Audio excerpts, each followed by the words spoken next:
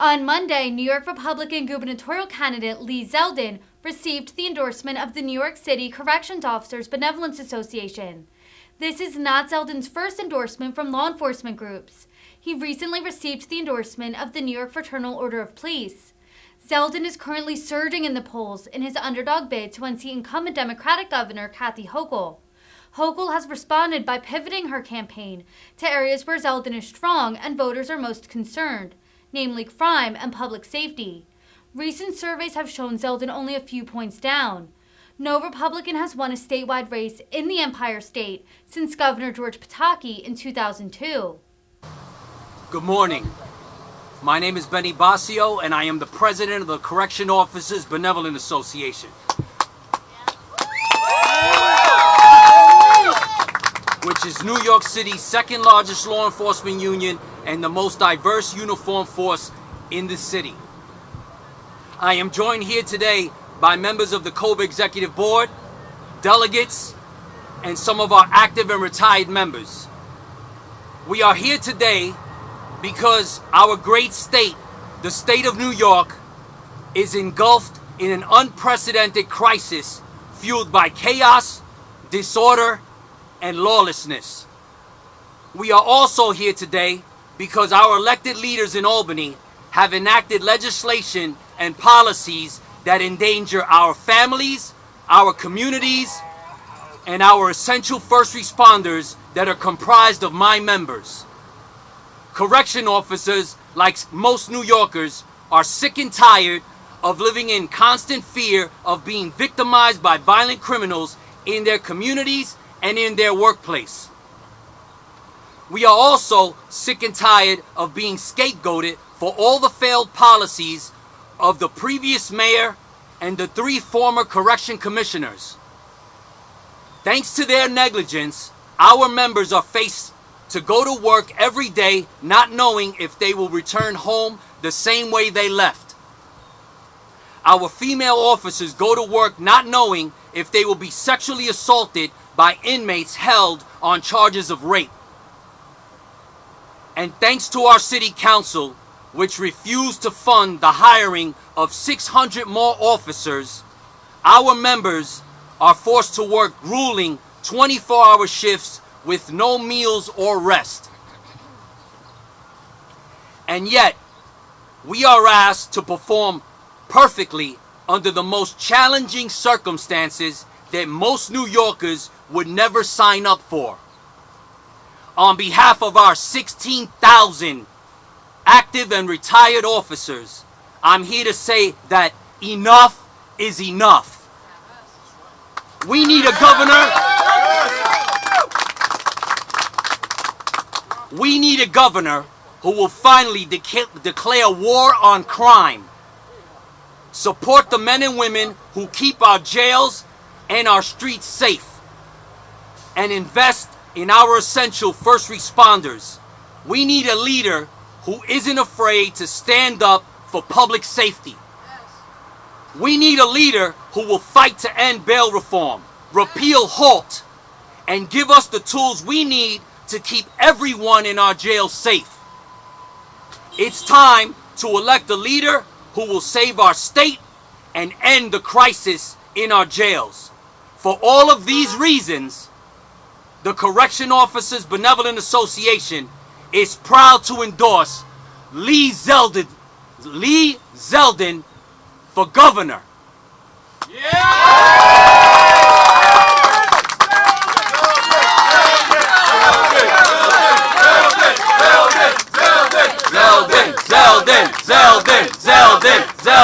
Zeldin.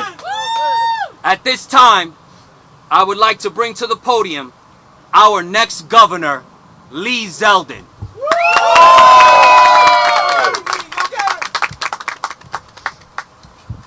You're 16 years old, 18, 20 years old. You're trying to think about what you can do in life, what your New York dream is. You've defined success through service.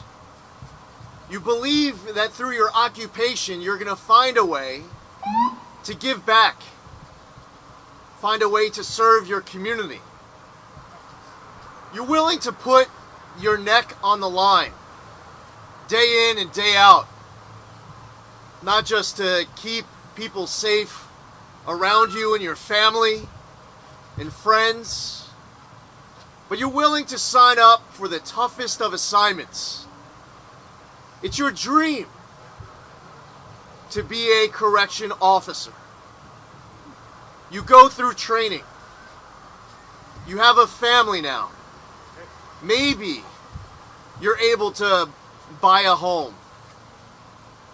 You're struggling with many of the same challenges that so many other New Yorkers feel in life today. The struggles to be able to afford to survive. The desire to have a government that you can be proud of. You now kiss your spouse goodbye. You kiss your son and daughter goodbye. This New York dream that you have had, which has given you the honor to be able to serve as a correction officer, results in you putting yourself out there to even more danger each day than the danger you were exposed to the last. Now once, when you first signed up to be a correction officer, elected officials may have had your back. They realized that you were on the right side of the law, that you lived a life of value and service, and because you're willing to expose yourself to that increased danger, obviously you would know that all elected officials would and should have your back. But times have changed. You could be going through a shift today while we are here, where you might get assaulted, whether it's physical with hands, maybe there's a weapon being used, maybe you are being sexually abused, maybe you are being ejaculated on, or someone's grabbing a part of your body that is sexual assault, plain and simple. Now we can say, all right, well, we need to be politically correct. You can't talk about these things. But this is reality for the people who actually work at Rikers Island right now and elsewhere. So no, we're not going to leave any topic off limits, because this is what they are exposed to day in and day out, and there are elected officials now who are targeting them as opposed to having their backs. Yes?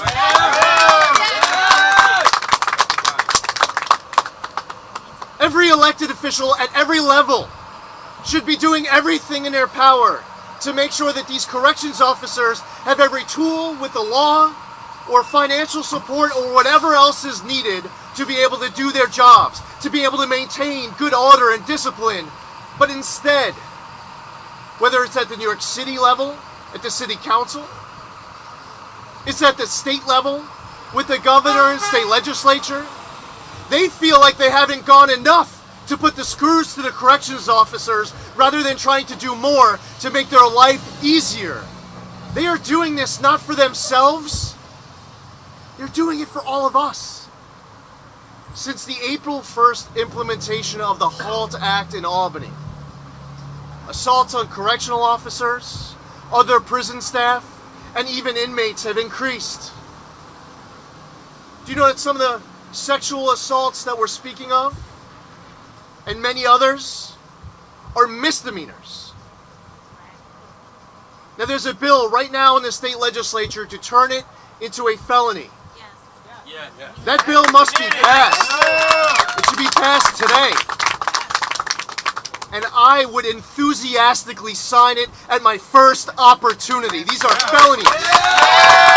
Treated as misdemeanors. The HALT Act is limiting the use of what is referred to as solitary confinement. Solitary confinement today is not what you are used to in the movies and TV shows of the past. Solitary confinement is not some situation where you're lying down on concrete naked and not being fed food in intolerable conditions. It is nothing like that. And when you limit the use of solitary confinement, it makes it harder for these men and women to be able to do their jobs. The HALT Act should not have been passed in the first place, and I am calling for its repeal. Its full repeal. The HALT Act must be repealed. There is a crime emergency right now in New York State. This governor is unwilling to call it for what it is. Many of her allies unwilling to call it for exactly what it is. And instead, the public is being lectured that they should just look away. Instead, the public is being told that they shouldn't even believe what they're seeing with their own eyes. With the videos and the pictures and the news reports day in and day out. They don't want to be told by elected officials to just look away. They want to be told from elected officials what they are going to do to solve it completely. We want boldness, we want courage, and that means that on day one, we will declare a crime emergency in the state of New York. And on top of suspending other laws that are pro-criminal, we are going to suspend the HALT Act January 1st here in the state of New York. I'm honored to accept the endorsement of a union made up of selfless, dedicated New Yorkers and patriots. They deserve total support, unapologetic help, unapologetic love from people in government. They deserve it at every level, and it especially starts at the top. There will be no doubt from the moment the next governor gets sworn in on January 1st, 2023, the New York City Corrections Officers know that they again have a loyal, proud friend to have their back and to give them all the tools they need to go back to their homes safely at night.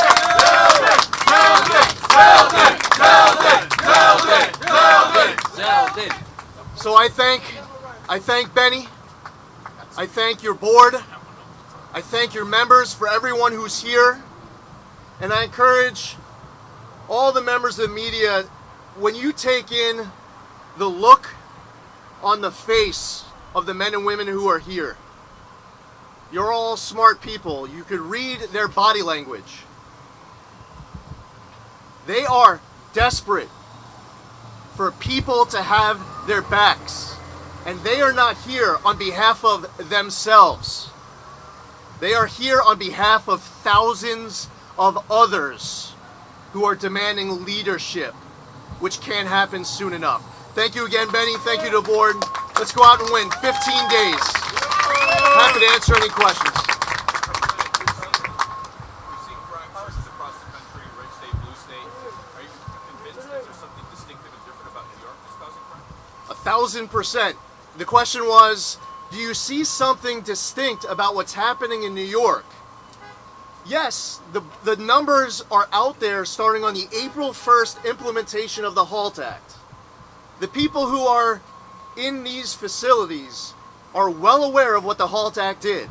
And it is no coincidence that starting on April 1st, assaults on correctional officers, on other prison staff, and even inmates instantly started to skyrocket. Now we could talk about a captain here at Rikers Island who gets stabbed in the neck. You can look at Elmira, where they had 6 people who were assaulted in 1 week. You could go to another correctional facility in New York where they had 10 who were all assaulted in one attack. I heard it coming from somebody up in the North Country, how they had multiple assaults. They said in the first 21 days of the implementation of the HALT Act, they had 28 assaults where people were put out of work. I'm getting this feedback from all across the entire state. Where's Kathy Hochul I mean, it should be intolerable. The first reports came back within days. You didn't have to wait for the first month's report. And what your responsibility is, as the governor of the state of New York, and by the way, there's no free pass for any elected official at any level. Everybody should have been sounding the alarm. You were hearing it from your constituents. You're reading it in the media reports. What are you going to do about it? The legislature was in session until the beginning of June. It was never too late for them to take action, but instead, they were just hoping that you all were going to ignore it. They were hoping that we were all just going to forget about it. They thought that we were just going to tolerate it. So for members of the media here asking a great question about what have you seen in New York, look at the data starting the very first moment of the very first day the HALT Act went into effect, April 1st, 2022. The governor over the weekend unveiled a subway safety plan. Your reaction to that? Well, no coincidence that just 2.5 weeks before an election, and the day after the first poll comes out that shows that she's now starting to trail, she says we need to have a press conference on crime. Well, I've been talking about this since she was the lieutenant governor. When she was out there praising cashless bail's implementation. When she was out there signing less is more and releasing 191 people from Rikers Island when she did the bill signing. And a whole bunch of the people who were released from Rikers Island when she did that bill signing immediately went out and got rearrested in the days and weeks that followed. Shame. Time and again, one new pro-criminal law after the next. Where was Kathy Hochul? Now, she waits until the day after this poll comes out, 2.5 weeks before the election. She ends up saying that we need to have more cops on the subway. Okay, first off, we've been talking about this for a long time, but you want to take it one step further? You have a real issue in the NYPD of people who are leaving the force. So what you have to do is actually hire more NYPD, just like how you have to hire more correction officers. It has been years since there has been a class here locally. You need to be robustly replenishing the ranks. People retire. They leave this job. You need to bring in new talent. The same thing goes for the NYPD. They're being stretched thin. Kathy Hochul wants to have forced overtime. She wants to take people off of one beat where they're needed because the crime isn't just underground, it's also above ground. What Kathy Hochul should be saying is that what we need to do is to increase the ranks of the NYPD. We need to have more people in uniform, and we need more plainclothes people on the streets and subways as well. But instead, she wants to half-ass it. And she's talking about how we have emotionally disturbed persons on the street and in the subway. Absolutely. She says that we know all of the people. Okay, so she claims she knows all of the emotionally disturbed persons. Now let's just give her the benefit of the doubt on it. She says that she wants to take these people off of the streets and put them in beds. Something that I've been talking about for a while. So she says this on Saturday. And her proposal, you want to take a guess how many beds she was talking about? She knows of all the emotionally disturbed persons in the city of New York. 50 beds. Wow. Not 500, not 5,000. 50 beds. So once again, it's a day late, $1 short. That's her plan. If you're coming up for a new name for her plan from this weekend, you could call it the day late, $1 short plan. You need far more beds. You need far more NYPD officers. You need far more corrections officers.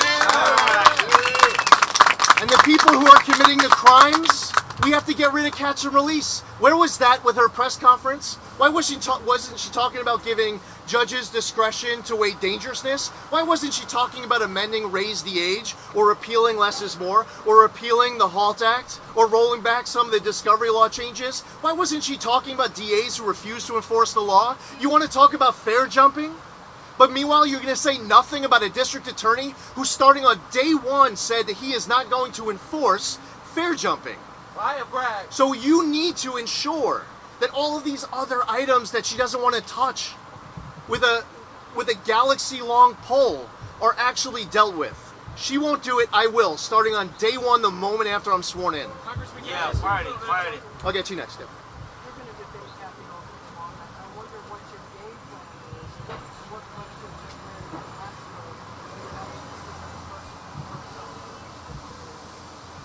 her. Well, as far as what questions I'll ask, you'll have to tune in tomorrow. As you know, Marcia Kramer, one of the debate requests that we received of many was to do a CBS 2 debate hosted by, moderated by Marcia Kramer. And that wasn't the only debate request that we received. I would do a debate, we could do a debate on ABC. I was talking to Bill Ritter last week. He wanted to moderate one. Sure, more the merrier. You know I was meeting with someone from NBC last week at the House. They wanted to host one. Fox 5, Pix 11 wanted to host one. I believe that we should have been doing them all across the entire state, but what she wanted to do was wait until the very end of October for one debate on cable. Right. Over a month after the start of absentee voting. People have been voting for a month now. This should have started already, and we should be doing it all around the state. As far as what questions I'll ask tomorrow night, you'll have to tune in to Spectrum. What's your game plan? I'm sticking to what got me in the race, why I'm running for governor, why we're getting support from all across the state, Republicans, Democrats, and independents. Right now, New Yorkers are hitting a breaking point. We lead the entire nation in population loss. Kathy Hochul won't finish the sentence of New York leads the entire nation in population loss because you can't expect this state to get turned around if you have a governor who doesn't even know how to finish the sentence of why the state leads the whole country in population loss. We are going to talk about that. The rising crime, the skyrocketing costs, the attacks on freedom, the attacks on education. This is about New Yorkers. This isn't about Lee Zeldin and Kathy Hochul. This is about the governor of the state of New York, the future of New York State. This is about all of us together as New Yorkers saving this state and restoring it to glory. It's what got me in this race. It's what has me standing here today. It was what has the polls closing the way that they are. It's the reason why we're going to win this race on November 8th, and it's something that needs to be very much debated throughout what is just an hour of what should have been one of many debates across the state that should have started already. Yes? Congressman, the facility behind you has been dealing with a workplace absentee problem. At times over the last few years, there have been up to a third of the jail staff not coming to work. Even in the first 6 months of this year, we've seen about 18% of the jail workforce on an average day not coming into work. Would a Zeldin administration allow an agency in the state to have double-digit absentee rates? I think that what the state needs to do is start giving them all of the resources while you're handing out iPads like candy into solitary confinement to the inmates. You need to be taking care of these corrections officers. If you have their back, you wouldn't have the impact on morale.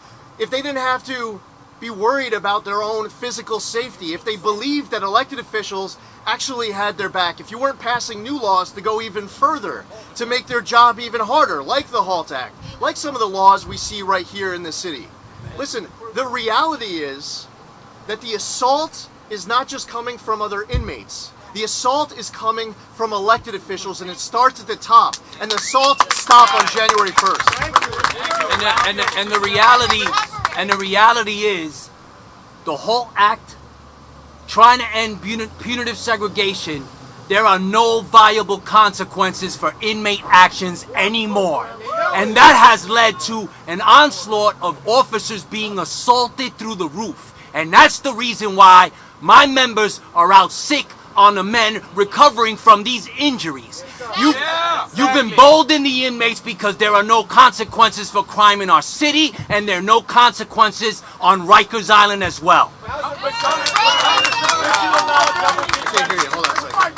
Would you, Congressman, allow double-digit absentee rates in any agency? I answered already. Yeah. So on top of answering the question, the fact is that these people need elected officials to have their backs. This hypothetical of what's going to happen in January, we're answering for you But of the would you laws that allow will change. double-digit absentee rate? Next Simple question. Next Yeah, question. again, there won't.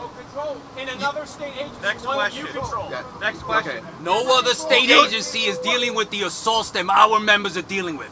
No other city agency has been treated the way we've been treated. Nobody's getting assaulted. That's if I punch any one of you in your face and break your orbital, you're not coming to work the next day. That's our reality every single day. Yeah. And on top of it, and listen, we all have our professions, okay? And there are people in in different professions. We have our job, and we're focused on their job.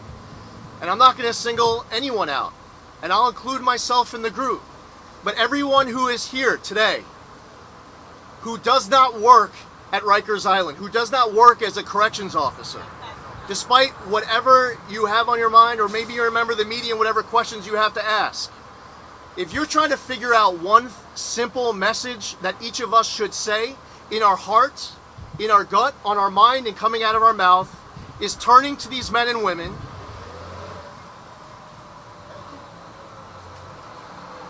and saying thank you for your service.